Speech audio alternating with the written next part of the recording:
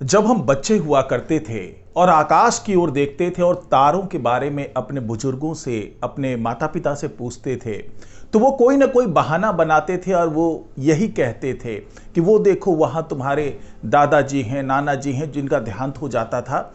तो उसके बारे में अक्सर यही कहा जाता था कि वो तारा तुम्हारे दादाजी हैं, वो तारा तुम्हारी दादी जी है, वो तारा तुम्हारी नानी है, या कोई ऐसा परिचित जिनका देहांत हो चुका है, उसके बारे में हमारे बुजुर्ग ऐसा ही कह के हमें बहलाते थे। और जब हमने बुजुर्गों से भी पूछा कि आपको ये किसने बताया, तो उन्होंने भी अपने बुजुर्गों का नाम लिया।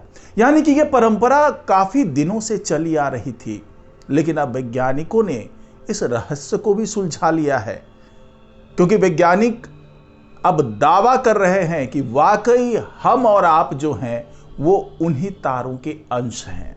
जी हां, यह सुनने में थोड़ा अजीब लग रहा हो, लेकिन यह 100% सही है। और ये वैज्ञानिक दावा कर रहे हैं कि हमारे शरीर के जो तमाम तत्व हैं वो लाखों साल पहले, लाखों प्रकाश वर्ष दूर से हमारे पास आए और उसी से फिर यहाँ पर जीवन का निर्माण हुआ, और वही परमाणु से हम तमाम जो इंसान हैं, तमाम जीव हैं, वो बने। लेकिन आखिरकार इसकी गुत्थी सुलझाई कैसे वैज्ञानिकों ने, और कैसे ये दावा कर रहे हैं कि उन्हीं तारों का अंश, यानी हमारी आकाश गंगा से दूर जो स्टफ्स हैं, जो तमाम धूल बिखरे पड़े हैं, उन्हीं से हमारे शरीर का निर्माण हुआ, और वो यहाँ तक आए कैसे, और वैज्ञानिकों ने इसे ढूंढा कैसे, ये तमाम जानकारी आपको इस वीडियो में मिलने वाली है। तो इस वीडियो को आखिर तक जरूर देखिएगा। नमस्कार, मैं हूं डॉक्टर सुरजीत सिंह और आप देख रहे हैं माना मिस्ट्री। अगर आपने अभी तक इस चैनल को सब्सक्राइब नहीं किया है तो सब्सक्राइब कर लीजिए, और अगर आपको ये वीडियो अच्छा लगे तो इसको लाइक कीजिए, शेयर कीजिए और कमेंट जरूर कीजिए। ये अपने आप में एक बहुत बड़ी पहेली है, जो एक तार है जो जुड़ रहा है हमारे बिलीव से, यानी कि जो हम सोचते हैं, हमारे जो विचार है, हमारी जो आस्था है, उससे वैज्ञानिकों के तार जुड़ रहे हैं। वो विज्ञान के साथ हमारे आस्था के तार जुड़ रहे हैं, और जिसको हम हमेशा कपोल कल्पना समझते थे या बहलाने का साधन समझते थे कि कोई अमुक तारा हमारे दादाजी हैं, या कोई अमुक तारा हमारी दादी है, नानी है, या कोई ऐसे बहुत ही हमारे करीबी कोई परिजन है जिनका देहांत हो चुका है, उसके बारे में उस तारे से उसे जोड़ा जाता था। अब वैज्ञानिकों ने भी ये तार ढूंढ लिया और बताया कि वाकई ऐसा है, हम उन्हीं तारों के अंश हैं। हम अपने आकाश गंगा से लाखों प्रकाश वर्ष दूर से आए हैं, और उन्हीं परमाणुओं से हमारे शरीर का निर्माण हुआ है। मशहूर वैज्ञानिक कार्ल सेगन ने भी कभी कहा था कि we are made of star stuff, यानी हम सभी तारों की सामग्री से बने हैं। हाल ही में हबल टेलीस्कोप से मिले आंकड़ों ने इस बात पर मुहर लगा दी है।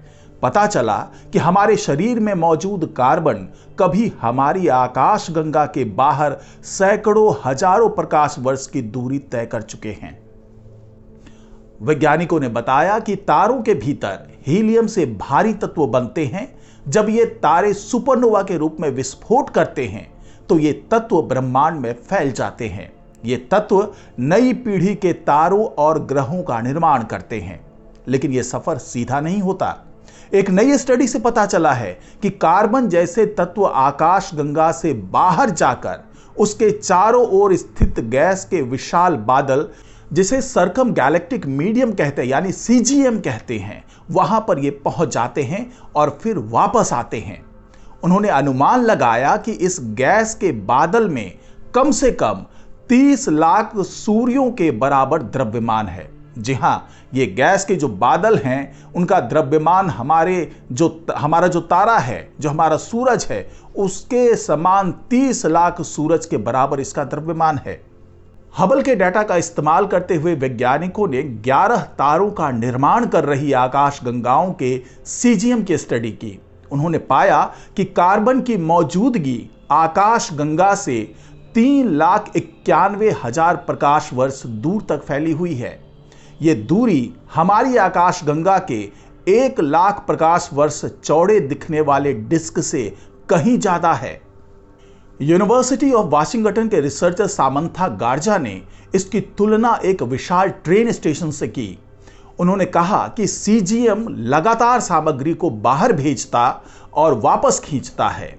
जब तारे सुपरनोवा बनकर विस्फोट करते हैं तो भारी तत्व जैसे कार्बन और ऑक्सीजन सीजियम में पहुंचते हैं और फिर से तारा और ग्रह निर्माण के चक्र में शामिल हो जाते हैं। जहां यह एक पूरा साइकिल है कि सुपरनोवा तारा विस्फोट होता है जब तारे में, तो उसे सुपरनोवा विस्फोट कहते हैं, और उसे जो तत्व बाहर निकलते हैं वो वापस एक साइकिल के तहत आपस में जुड़ते हैं और धीरे धीरे उससे नए तारों का निर्माण होता है, नए ग्रहों का निर्माण होता है।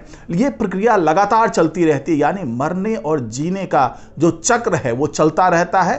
तारे मरते हैं और मरने के बाद जो तत्व बाहर निकलते हैं उन्हीं से नए तारे बनते हैं, नए ग्रह बनते हैं।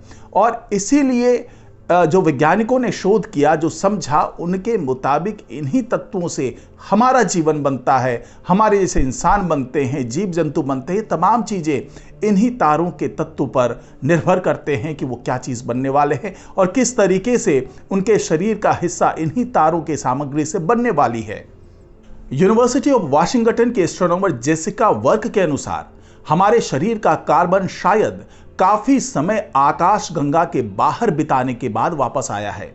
चूंकि हमारी गैलेक्सी मिल्की वे अभी भी तारे बना रही है, इसका मतलब है कि हमारे आसपास मौजूद कार्बन और ऑक्सीजन ने भी इस इंटरगैलेक्टिक यात्रा को कम से कम एक बार जरूर किया होगा।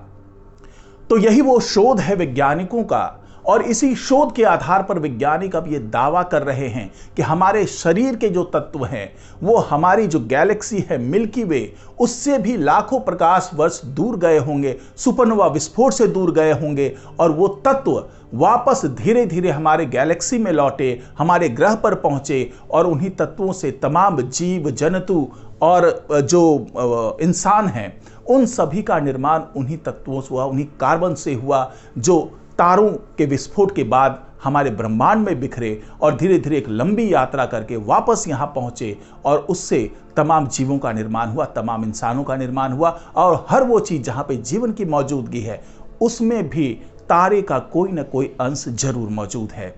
तो इसीलिए कहते हैं कि बुजुर्ग जब कहते हैं तो उनकी बातों को बहुत ही गंभीरता से समझना चाहिए। भले वो उसको एक्सप्लेन न कर पाए, उसके बारे में कोई दलील ना दे पाए, कोई तर्क ना दे पाए, लेकिन ये भी बिल्कुल अकाट्य सत्य है कि जिस तरीके से वो कहते थे कि हमारे जो परिजन हैं उन तारों में समाये हुए हैं, तो उनके कहने का तात्पर्य ये भी है कि हम भी उन्हीं तारों में जो मौजूद तत्व है उन्हीं से बने हुए हैं, और हमारे दादा नाना या जो भी हमारे पूर्वज रहे हैं वो भी उन्हीं तत्वों से बने थे। इसलिए हमारा एक रिश्ता है, उन तारों से भी रिश्ता है और उन कल्पनाओं से भी रिश्ता है जो बुजुर्ग हमेशा हमें सुनाया करते हैं।